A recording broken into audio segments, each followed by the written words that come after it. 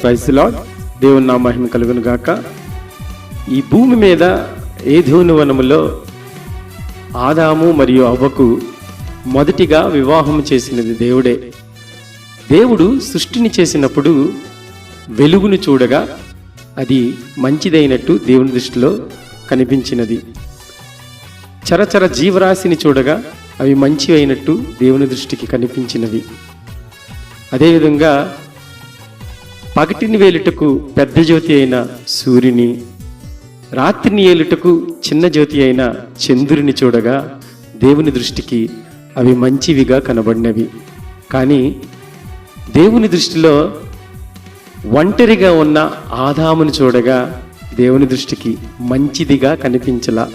అందుకే నరుడు ఒంటరిగా ఉండుట మంచిది కాదు అని వానికి సాటి అయిన సహకారిగా దేవుడు స్త్రీని నిర్మించి ఉన్నాడు.